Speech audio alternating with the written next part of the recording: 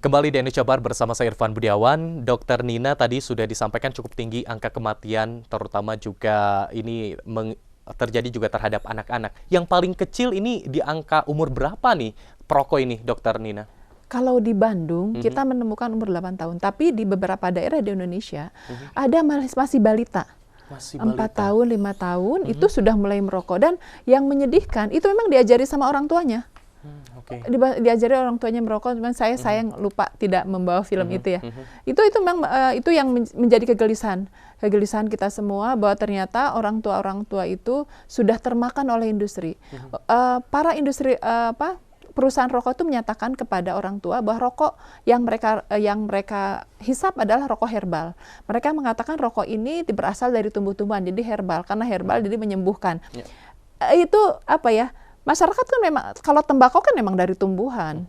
Jadi tidak berarti dari tumbuhan itu kemudian menjadi herbal. Nah itu yang sekarang lagi menjadi kekhawatiran kita. Kepinter-pinternya gitu, para industri rokok mempengaruhi masyarakat. Oke, baik. Dan juga upaya dari pemerintah Kota Bandung seperti apa yang terus dilakukan nih, Dokter Nina? Ini di Kota Bandung udah lama. Begitu dengar kita sudah lama berusaha untuk menerapkan atau mengatur tentang atau mengurangi perokok, tapi memang agak sulit. Akhirnya pada tahun 2017 pemerintah Kota Bandung mengeluarkan peraturan wali kota nomor 315 tahun 2017 tentang kawasan tanpa rokok. Di mana dalam peraturan wali kota itu kami tidak melarang orang merokok. Tapi yang kami atur adalah di mana orang boleh merokok dan di mana orang tidak boleh merokok. Jadi kan Bang, kita sadar betul berhenti merokok bukanlah hal yang mudah. Sehingga ketika kita kampanye tidak boleh merokok pasti akan ada pertentangan dari lain. Tapi kita mengatur boleh merokok di mana saja dan dan di mana yang tidak boleh merokok. Kawasan yang tidak boleh merokok kita sebut dengan kawasan tanpa rokok. Nah, kawasan tanpa rokok itu terjelas fasilitas kesehatan, kemudian pendidikan, tempat kerja, tempat-tempat umum, tempat olahraga, mall, pasar. Jadi tempat umum itu mall. Jadi sekarang kita berkeliling di tempat-tempat seperti itu, tempat-tempat ibadah, dan taman-taman pun tidak boleh merokok. Jadi orang tuh hanya boleh merokok di mana di ruang terbuka yang tidak ada orang lain. Jadi harus dikondisikan sedemikian rupa. Tahun 2017 pemerintah Kota Bandung membuat kebijakan setiap kantor harus membuat ruang lokasi untuk merokok di luar. Jadi ada kawasan tanpa rokok di ruang-ruang tertutup yang tadi saya sampaikan, dan ada kawasan boleh merokok di ruang terbuka yang tidak dilalui oleh banyak orang. Nah itu sudah dibuat oleh pemerintah Kota Bandung pada tahun 2017. Beberapa hampir semua kantor pemerintah Kota Bandung sudah memiliki itu. Dan untuk memantau itu kami Kota Bandung mempunyai Satgas KTR namanya. Satgas KTR, Satuan Tugas KTR, yang memang dimotori oleh Partnership for Healthy Cities. Partnership for Healthy Cities ini bekerja sama dengan Satgas Kota Bandung, di mana di sana ada Dinas Kesehatan, ada Satpol PP, ada pariwisata, Disperindak, dan semuanya, Dinas Pendidikan. Itu kita mengawal atau melihat tempat, atau pertama kita mensosialisasikan, kita mengedukasi masyarakat apa itu kawasan tanpa rokok, bagaimana seharusnya dan sebagainya. Kita kunjungi mal-mal, kita kunjungi tempat-tempat pendidikan, kita kunjungi kantor-kantor pemerintah khususnya untuk memantau pelaksanaan KTR. Dan kita sudah 2 kali melaksanakan survei kepatuhan, tingkat kepatuhan masyarakat dan institusi terhadap perwal ini.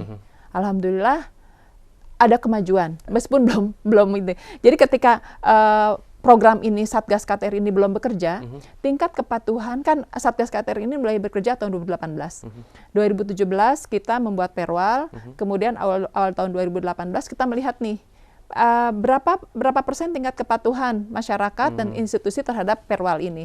Ternyata sangat menyedihkan, Mas. Cuman 3%. 3% termasuk pendidikan, itu mengerikan. Kesehatan juga banyak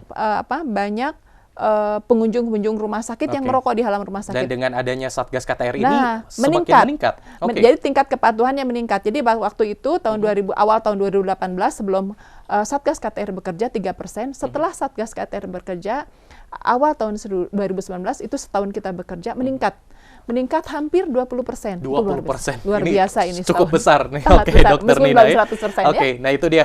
Kawasan tanpa rokok ini harus dipatuhi oleh masyarakat, terutama juga yang sudah dibuat oleh pemerintah Kota Bandung. Saya kembali ke Mas Yosef. Sosialisasi terus dilakukan terutama kepada kaum milenial ya, tentunya melalui media sosial. Bagaimana efektivitas media sosial ini dan apa yang juga dapat dilakukan dalam berkontribusi di Hari Tanpa Tembakau ini, Mas Yosef? Nah, kita tentu aja kalau efektivitas kita saat ini sih masih banyak banget ya orang yang memang masih merokok dan sebagainya kalau anak-anak muda.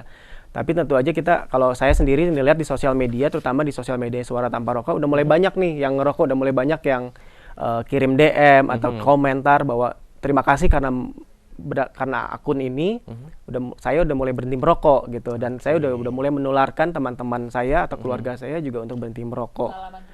Pengalaman pribadi saya juga saya dulu perokok. Saya berhenti di tahun 2010 dan sampai sekarang berhenti.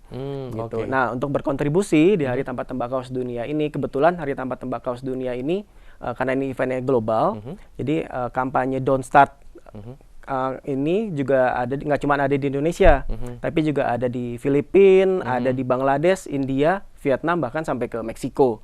Jadi orang anak-anak muda di Indonesia bukan hanya berkontribusi untuk di Indonesia, tapi juga untuk supaya terlihat bahwa anak-anak Indonesia nih keren-keren nih, bahwa lebih kreatif lagi dibanding dengan berkompetisi dengan orang-orang di luar negeri juga. Oke, nanti kita akan mengetahui bagaimana juga tentunya agar kaum milenial ini juga bisa ikut bergabung untuk juga tidak merokok di Hari Tanpa Tembakau ini. Kita akan kembali berbincang, tetaplah bersama kami di iNews Jabar.